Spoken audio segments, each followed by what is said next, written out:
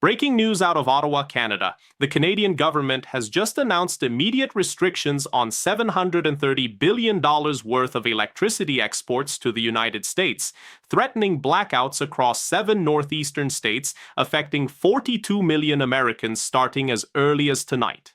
We're talking about New York, Massachusetts, Vermont, New Hampshire, Maine, Connecticut, and Rhode Island facing systematic grid failures because 87% of their power comes directly from Canadian hydroelectric plants. In the next 11 minutes, I'm going to break down exactly how this escalated from Trump's tariff threat to a full-blown energy crisis, what this means for American families paying winter heating bills, and why experts at MIT's Center for Energy and Environmental Policy Research are calling this the most dangerous infrastructure standoff in North American history. Here's the question nobody in Washington wants to answer. When did threatening our closest ally become sound energy policy? Let me paint you the picture. On January 21, 2025, exactly 24 hours after his inauguration, President Trump announced via Truth Social that he would impose 25% tariffs on all Canadian imports unless Canada stops the flood of illegal immigrants and fentanyl across our northern border. Within 6 hours, Canadian Prime Minister Justin Trudeau called an emergency cabinet meeting at Rideau Cottage in Ottawa. By 9:47 p.m. Eastern Time that same evening, Trudeau addressed the Canadian Parliament with what analysts at the Peterson Institute for International Economics are calling the most aggressive retaliatory measure in G7 history.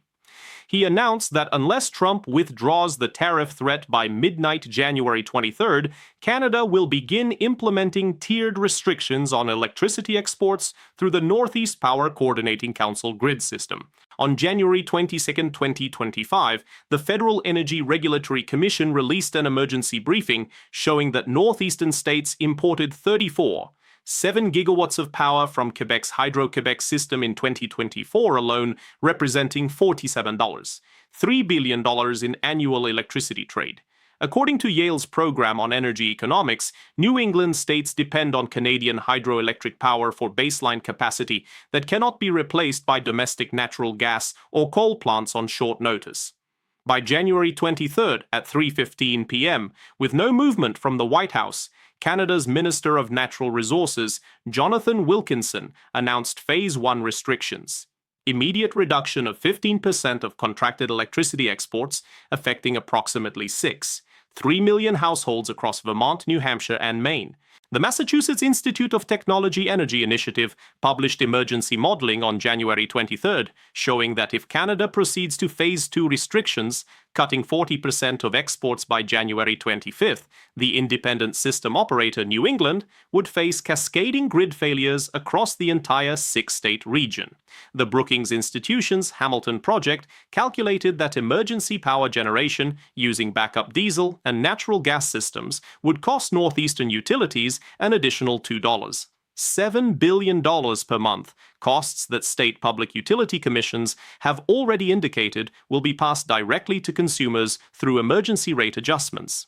And it gets worse. The Council on Foreign Relations released analysis showing that Canada controls not just electricity, but the transmission infrastructure itself, the high-voltage lines, transformer stations, and interconnection facilities that took 40 years and $189 billion to build cannot be replicated or rerouted in weeks or even months. So how exactly does this work? Think of it like this. Imagine your home depends on your neighbor's water well, because your property sits on bedrock with no groundwater. You've paid your neighbor reliably for 50 years. You've built expensive pipes connecting your homes, and suddenly your neighbor says, "You insulted my family, so I'm shutting off your water until you apologize." That's the situation right now between the United States and Canada, except instead of water, we're talking about electricity that powers hospitals, keeps homes heated in sub-zero temperatures, and runs the data centers that process financial transactions for the entire eastern seaboard. The North American energy grid operates through a complex system called interconnection, where power flows across international borders based on contractual agreements managed by organizations like the Northeast Power Coordinating Council and the independent system operator New England. According to the U.S. Energy Information Administration, these agreements were established under the 1994 North American Free Trade Agreement and reinforced through the 2020 United States-Mexico-Canada Agreement, creating what energy economists call integrated continental electricity markets. Here's the step-by-step breakdown. Quebec's Hydro-Quebec generates approximately 36,000 megawatts of capacity from 63 hydroelectric facilities, primarily from the James Bay Project, the largest hydroelectric complex in the world. This power flows south through 17 major transmission corridors, including the Champlain-Hudson Power Express, the New England Clean Energy Connect, and the Quebec-New England Transmission System. When you flip on a light switch in Burlington, Vermont, or Boston, Massachusetts, electrons generated 700 miles away at the Robert Bourassa Generating Station in northern Quebec arrive in your home in milliseconds through these high-voltage direct current transmission lines. The Federal Energy Regulatory Commission requires that regional grid operators maintain what's called reserve margin, backup capacity, to prevent blackouts during peak demand or unexpected outages. New England's reserve margin in winter 2025 is just 7%, meaning the region operates with minimal buffer. Remove 40% of Canadian imports as threatened under Phase 2 restrictions, and that reserve margin drops to -3%, according to emergency modeling from the National Renewable Energy Laboratory. A negative reserve margin means systematic, rotating blackouts become not a possibility, but a mathematical certainty. The grid physically cannot deliver enough power to meet demand. Let me validate this with data. The ISO New England day-ahead market prices electricity based on supply and demand forecasts. On January 20th, 2025, before any tariff announcements, the day-ahead clearing price was $47 per megawatt hour. By January 23rd, 2025, after Canada's announcement, the day-ahead clearing price spiked to $312 per megawatt hour, a 564% increase in 72 hours. The Edison Electric Institute calculated that if these prices sustain for 30 days, the average Massachusetts household will see electricity bills increase from $187 per month to $1,243 per month. For elderly residents on fixed Social Security incomes, for families already stretching paychecks to cover inflation, this isn't an inconvenience. It's a catastrophe. Now let me introduce you to 3 Americans whose lives are being destroyed by this crisis right now. Patricia Morrison, 67, is a retired elementary school teacher living in Brattleboro, Vermont, in a 1,200-square-foot ranch home she's owned for 34 years. Patricia lives on $1,147 per month in Social Security and a small pension from the Vermont State Teachers Retirement System. Her January electricity bill, received on January 15th, was $198. On January 23rd, Green Mountain Power, Vermont's largest utility, sent emergency notices to 265,000 customers, warning that February bills could increase by 430% due to emergency power sourcing costs if Canadian restrictions proceed to Phase 2. Patricia's choice, as she described it to Vermont Public Radio this morning: do I keep my heat on and stop buying my blood pressure medication, or do I keep taking my pills and wear every coat I own inside my own home? Patricia's heating system is electric baseboard. There's no switching to natural gas or oil without a $15,000 system replacement she cannot afford. Her home insurance requires she maintain minimum interior temperatures of 55 degrees Fahrenheit to prevent frozen pipes and maintain coverage. If she turns off her heat to save money and her pipes burst, she loses her insurance claim. If she keeps the heat on, she cannot afford her prescriptions. Multiply Patricia Morrison's story by 4 million elderly households across New England facing this exact impossible choice, and you begin to understand the human cost of this infrastructure standoff. Michael Chen, 41, operates Northeast Precision Manufacturing in Rochester, New Hampshire, employing 73 workers producing aerospace components for Boeing and Lockheed Martin under Department of Defense contracts. Michael's facility runs 24/7 operations with CNC machines, metal lathes, and computer-controlled equipment that requires constant, stable power. His monthly electricity costs, contracted through Eversource Energy, run $34,700. On January 23rd, Eversource notified commercial customers that emergency power surcharges would add 340% to base rates if grid restrictions continue past January 25th. Michael's monthly power bill would jump to $152,680, an increase of $117,980 that his profit margins cannot absorb. His options, as he explained to the New Hampshire union leader, shut down second and third shifts, laying off 48 workers immediately, or continue operations and face bankruptcy within 90 days. His Defense Department contracts include penalty clauses for late delivery, $50,000 per day for every day past deadline. If he shuts down production to save electricity costs, he faces contract penalties that exceed his savings. If he maintains production, the electricity costs bankrupt his company. Michael employs local workers, machinists, quality inspectors, logistics coordinators who support families, pay mortgages, send kids to college. And it gets worse.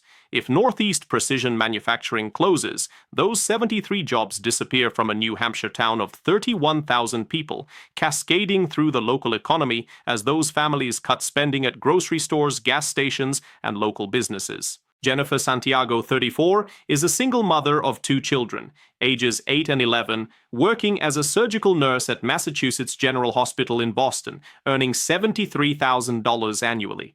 Jennifer lives in a 900-square-foot apartment in Dorchester, where she pays $1,847 in monthly rent and has been budgeting $142 per month for electricity through Eversource. On January 23rd, Jennifer received the same emergency notice as 1.3 million Massachusetts households. Expect electricity costs to quadruple if Canadian restrictions reach Phase 2, pushing her monthly bill to approximately $609. But here's the kicker. Jennifer works 12-hour shifts at one of Boston's premier trauma centers. Massachusetts General cannot shut down. It serves 1.2 million patients annually and operates the region's highest-level trauma center. The hospital has backup generators, but those generators cost 7 times more to operate than grid power and require diesel fuel that's already in short supply across New England due to winter weather and distribution challenges. The hospital administration has already sent internal memos, obtained by the Boston Globe, indicating that if energy costs increase by the projected 40%, the hospital will implement emergency cost-cutting measures, including mandatory unpaid furloughs for non-essential staff. Jennifer isn't classified as non-essential. She's a surgical nurse, but support staff she depends on are, including the childcare center that watches her children during her overnight shifts. If that childcare center closes due to furloughs, Jennifer cannot work her shifts. If she cannot work her shifts, she cannot pay rent, or electricity, or feed her children. Multiply Jennifer Santiago's story by thousands of healthcare workers, teachers, municipal employees, and service industry workers across the Northeast facing these cascading consequences, and you see how an international trade dispute becomes a domestic humanitarian crisis in a matter of days. Let me be crystal clear about what experts are saying. According to Dr. Michael Greenstone, director of the Energy Policy Institute at the University of Chicago, Canada's leverage over U.S. electricity infrastructure represents the single greatest vulnerability in North American energy security since the 1970s oil embargo. Unlike petroleum, which can be shipped from alternative sources, electricity requires physical transmission infrastructure that cannot be replaced or rerouted on any timeline relevant to preventing immediate crisis. The American Council on Renewable Energy published emergency analysis on January 23rd, showing that even if the United States authorized crash construction of domestic power generation to replace Canadian imports, the timeline ranges from 18 months for natural gas plants to 7 years for equivalent hydroelectric capacity. Dr. Jesse Jenkins at Princeton University's Zero Lab told CNN this morning, "You cannot build high-voltage transmission lines, transformer stations, and interconnection facilities in weeks. This infrastructure took 4 decades to construct. Threatening to replace it is economically and physically impossible in any time frame that prevents immediate suffering for tens of millions of Americans." The Peterson Institute for International Economics warns that if this crisis extends beyond 30 days, we're looking at systematic deindustrialization of the Northeast Corridor. Energy-intensive manufacturing, paper mills, steel fabrication, chemical processing cannot operate with rotating blackouts or quadrupled electricity costs. These facilities will shut down permanently, moving operations to regions with stable, affordable power, most likely the Southeast or Texas. That represents 340,000 manufacturing jobs and $67 billion in annual economic output that will not return. Let me walk you through the consequence timeline. In the next 30 to 90 days, if Canadian restrictions reach Phase 2, New England faces rotating blackouts affecting 7 million households at any given time. Emergency rooms will operate on backup generators. Traffic signals will fail. Data centers will shut down. Grocery stores will lose refrigeration. Water treatment plants, which require massive amounts of electricity, will struggle to maintain pressure and sanitation standards. The Massachusetts Water Resources Authority has already warned Boston area residents that extended power disruptions could compromise drinking water quality for 2 million people. In 6 to 12 months, if this standoff continues, we're looking at permanent economic damage. The Federal Reserve Bank of Boston projects that sustained electricity costs 300% above historical averages will drive 12,000 to 15,000 businesses to close or relocate, resulting in 230,000 lost jobs and a regional GDP contraction of 7%. Home values in affected states will decline as residents unable to afford electricity or facing unreliable service move to other regions. The Urban Institute estimates that property values in Vermont, New Hampshire, and Maine could decline by 18% to 23% within 18 months, destroying $127 billion in household wealth concentrated among middle-class and elderly homeowners. But here's what really concerns analysts at the Council on Foreign Relations and the Brookings Institution. This crisis establishes a precedent that any nation with infrastructure leverage can use that leverage as a weapon in trade disputes.